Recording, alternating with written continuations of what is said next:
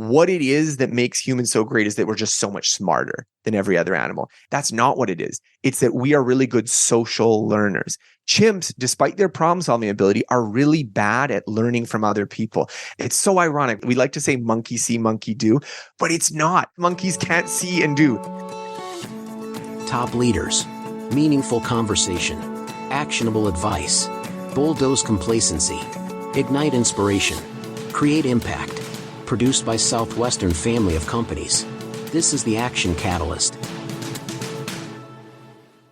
Are you interested in advertising with the Action Catalyst? Our listeners could be hearing about your brand right here, right now. For details, shoot us an email at info@theactioncatalyst.com. Scott Young is an author, programmer, and entrepreneur whose book Ultra Learning was an international success. We hosted Scott on the Action Catalyst back in 2019, but now he's back with a new book, Get Better at Anything. Who doesn't want to do that? Scott, welcome back. And before we dive into the new book, catch us up on what's been going on in your life since your last appearance. Yeah, I became a father. I have 2 kids now. I also spent a good chunk of the last 5 years working on this new book. So reading hundreds of books, hundreds of papers to make something new that I thought would be helpful to people. So the new book, Get Better at Anything, is a deep dive into the science of mastery. To start us off, let's set the table and tell us exactly how you define mastery. Well, so the thing I bring this up is that, why I was so interested in writing this book is because we all know the experience of things that you've spent a lot of time doing and you're just, you don't get that much better at it. Or things that you tried it and you failed at it. You weren't very good at it. And we also have experiences of like, oh, where it just clicked and you just got it and you got really good at it. And for me, those highs and lows can be so extreme. Like oh my God, I found a new hobby, a new sport. I got a new job. I'm being lauded by my peers versus, man, I suck at this. It can be such a big extreme emotionally to try to understand, well, what are the ingredients? What are the reasons why sometimes it works and sometimes it doesn't? So the book is not specifically about like how to become Tiger Woods at your golf game or how to become a world concert violinist. It's to be better. How do we figure out wherever you are, whether you are just at the beginning or whether you are, you've spent decades doing something, how do we get better and what are those ingredients? And I think diving into the stories, the research, the science, the kind of like systems of learning, that was really fun for me to try to bring that out so that these principles could be available to people who want to use them. Is there anything that it's better to just be okay at rather than great? The truth is that most of the things that we do, we don't really care to get better at it. Like, I know if I went on YouTube right now and I looked at like videos on how to tie your shoes, I could find like someone doing some like crazy knot that I've never heard of before that like doesn't come untied. But like for me, I don't need to do that. Like, I'm fine tying my shoes. 99.9999% of the things that you do in your life, it's okay to do whatever you're doing, how you do your laundry, how you walk to work, how you do everything. But the thing is it's just because that 0.001% of the things that we're doing looms so large in our life, the skill that we do at our job that determines whether or not we get a promotion, like the hobby, whether or not we enjoy it really depends on, do we feel like we're good at it? Do we feel like we could get better at it? And so I wrote this book for that 0.001%. So you're absolutely right. There's tons of things where, I'm not going to worry about getting better at this. But for the things where I want to get better at this and you don't know how, that's what I wrote the book for. You mentioned the balance of joy and proficiency, kind of a chicken and the egg thing. Which do you think leads into the other? You hit the nail on the head. Like, I have a whole chapter where I write about Albert Bandura's theory of self-efficacy. And this was his idea that our motivation to do things comes not just from like, would this be good for us, but also like, am I capable of taking the actions that are necessary? And if you're not capable, the motivation might be low, even if the outcome is very valuable. And this plays into learning in a lot of ways, because if we don't know that we can do something, if we don't think that we can achieve something, then our motivation to pursue it goes down dramatically. And in some ways, this is adaptive. I don't want to say this is like a bug in our software. There's a million things you could be doing. It often makes sense to do the things that come easier to you. This is just sort of natural hardwiring. But where it can be disadvantageous, if there's something you need to do, you can't avoid doing it, and you struggle in the beginning, then getting that motivation off the ground can be really hard. And similarly, you can have false starts where you start out motivated and you're doing something, but then you get stuck and then you get frustrated and you give it up halfway. And so I think it's about recognizing this feedback loop of like being good at something and enjoying it and understanding that makes understanding learning so important, understanding that process, because otherwise you just get in these situations where like, well, yeah, I used to have these hobbies, but then I gave them up because unconsciously at some point you felt stuck, or at some point you felt like, you know what, I can't get better at this, or I can't improve at it. So in some ways, learning how to learn is also about learning how to, enjoy life, about learning how to enjoy your job, enjoy your hobbies, things like that. You mentioned earlier that while some people have to really learn a skill, for others it just clicks. How do you account for that? So there's a couple factors. I mean, obviously, and I don't want to deny it, there are people who have maybe some intrinsic intelligence and talent for a particular domain. I don't want to make the claim that like, well, Tiger Woods, just because of like something his dad did, was the reason why he's like on the Mike Douglas show at 2 years old lobbing golf balls. I mean, that's just incredible, right?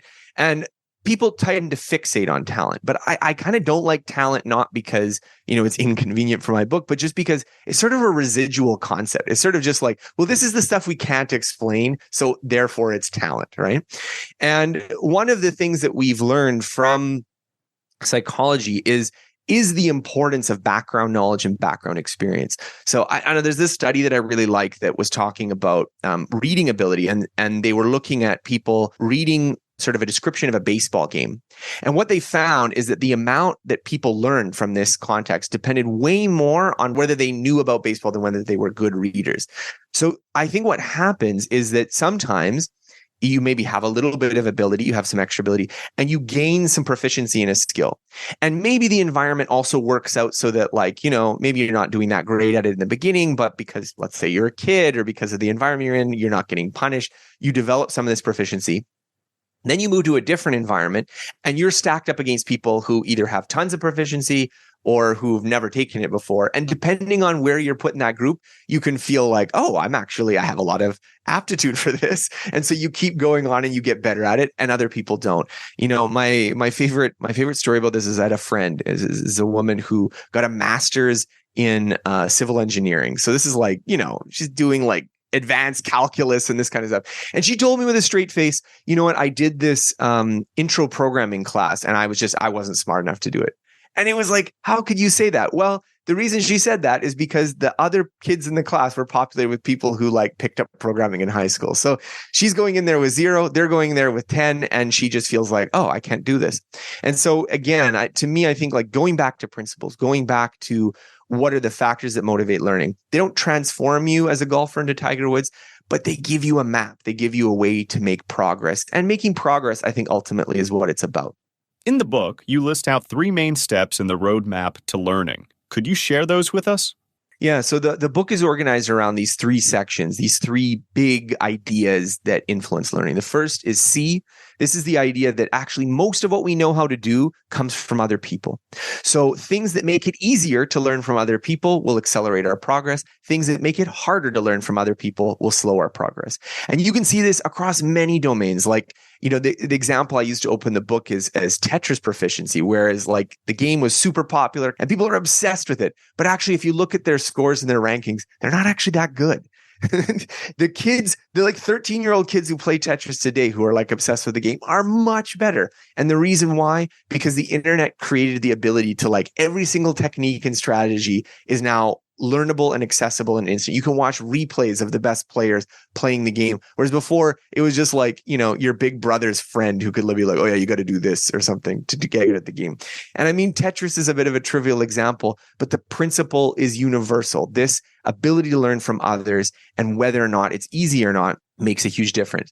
The second is do. Obviously, to get good at something requires a lot of practice, but there's a lot of nuance to this. The kind of practice matters too. Our brains are effort-saving machines. We're hardwired to try to avoid expending effort, and expending effort is often what's required for learning. And so often what we get involved with practice is trying to overcome this natural tendency to not use effort. So an example I talk about is like retrieval practice is a big idea.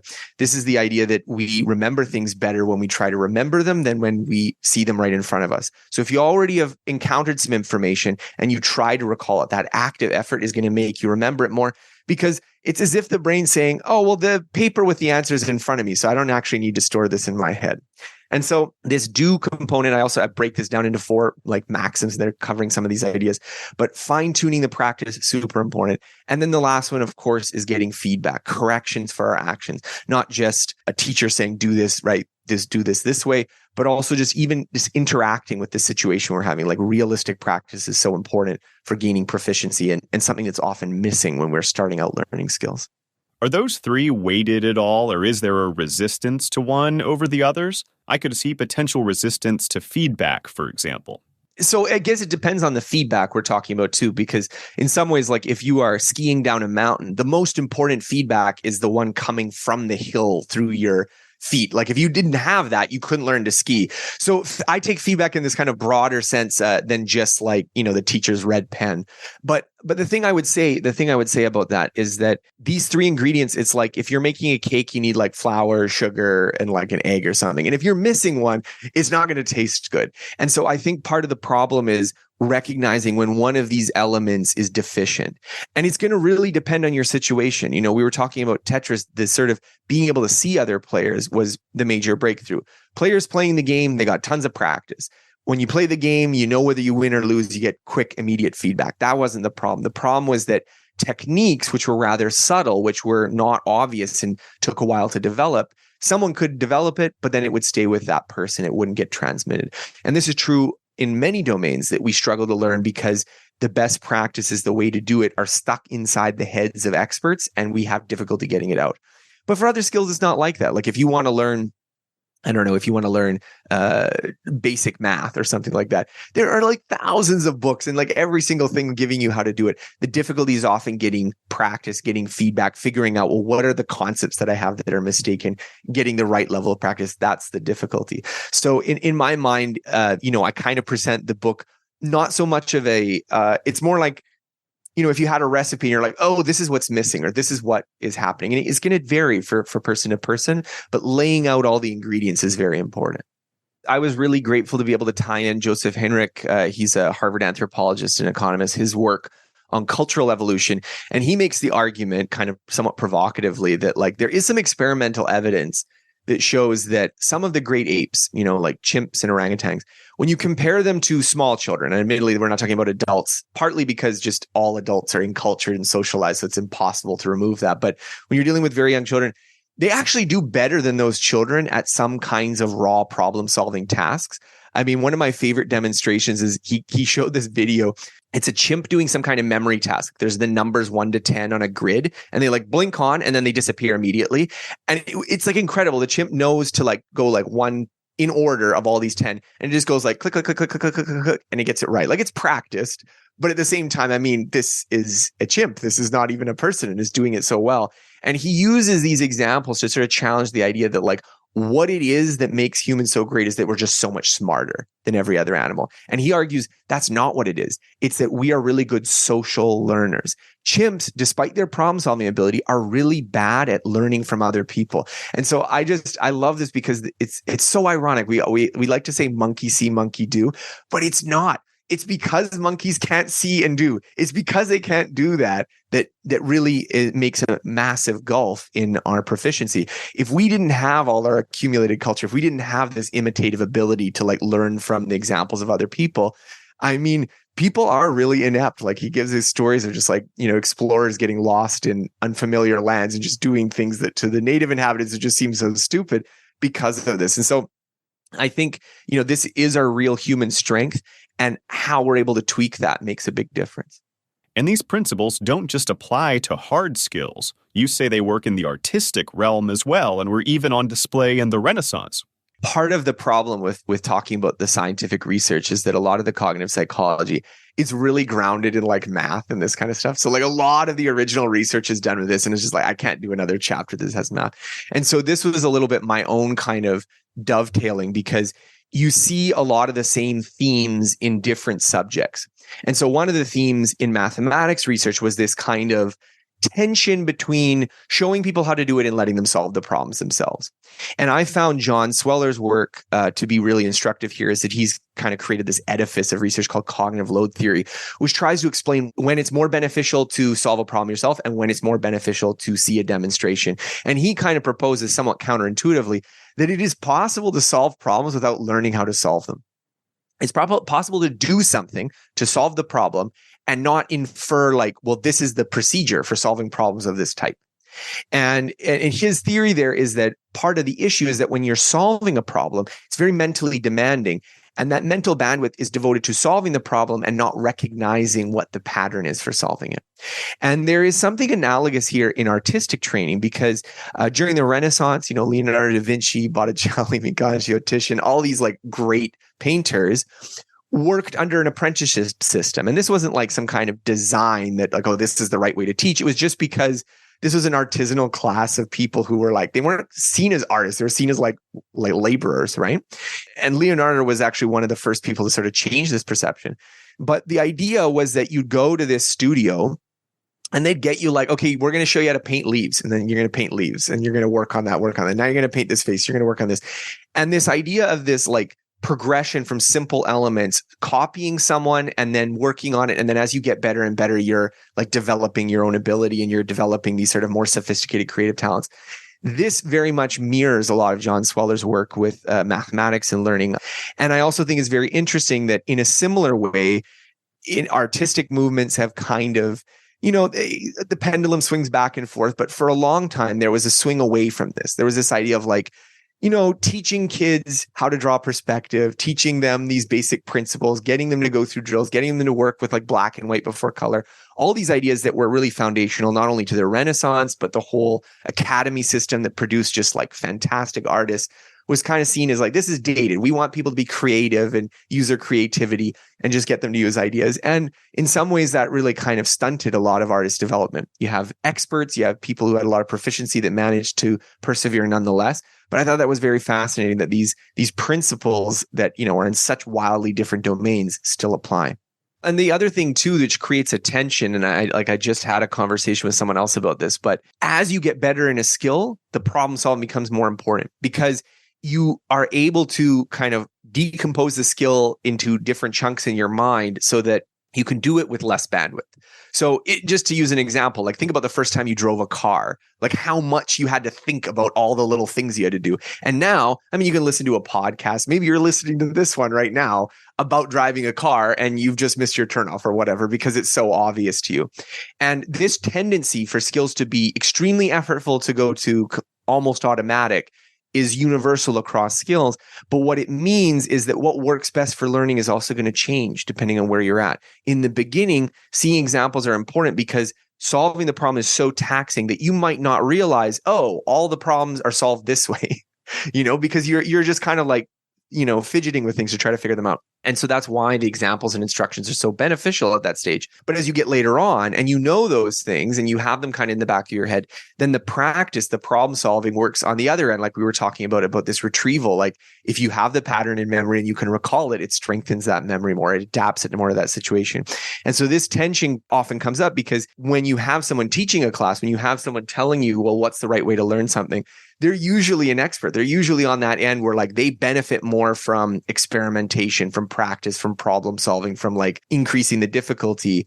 And that's not necessarily what's beneficial at the early stage. So I find this sort of framework, this way of thinking about it very valuable because it's not just about what's the right learning technique, but it's like, when does that technique matter? When is it helpful for you? So what's something that you personally have learned lately that you've applied these steps to yourself? Part of the reason my interest in this subject is because I just have such a laundry list of things that I want to learn. So very selfishly, I'm like trying to learn it so that I can understand how those work. So, something that I've been doing recently is painting. I really like painting. Particularly, I've been doing like watercolor painting, which if you're not involved in this kind of sphere, you don't know anything about it. One of the real challenges of it is that unlike oil painting, where you can kind of paint over. So if you make a mistake, you can paint over it. Watercolor is transparent. So once you put something down and it dries, you're kind of stuck with it. And so it does create challenges because you're a little bit more technically constrained. Like with oil painting, you can kind of almost do anything you want if you just like are painstaking enough. Whereas watercolor, it's drying time and this kind of thing. And so these principles that I've been sort of looking at have definitely played a factor, because it's been looking at like, well, why am I getting stuck here? Like when I'm having difficulties, and it's sort of like, well, is the issue that I need more instruction, or is the issue that, I'm trying to do practice, but the practice is too complicated and I need to make it simpler? And I don't know. To me, a lot of these research and all these things have been feeding back into my own practice. Maybe even when I get a chance to finish the promotion for this book, I might even do a project specifically about that, about applying these techniques to this hobby of mine. I mean, the thing that you realize when you're doing research on this topic is like, oh my God, this is such a big topic. There's so many things you could talk about. Like, to cull it down to a book. Like I think the bibliography has like 500 references, like to like get it down to like, okay, this is manageable. This is understandable for a person. Like that was the real challenge of this book, was not like, how do I fill another chapter, but like, what do I cut? And so this book, I hope people will find it valuable. I hope they'll enjoy the journey through stories that I had to write them because I found them so fascinating when I first encountered them.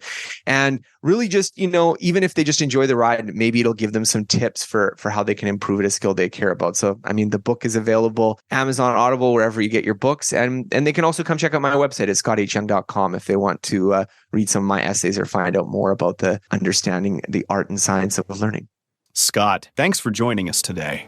Thank you so much. It's been great being here. Thanks. If you enjoy this podcast, please make sure to subscribe. And to stay updated on everything that the Action Catalyst is up to, make sure to follow us on Facebook and Instagram at Action Catalyst Podcast, and on Twitter at Catalyst_Action. And thanks for listening.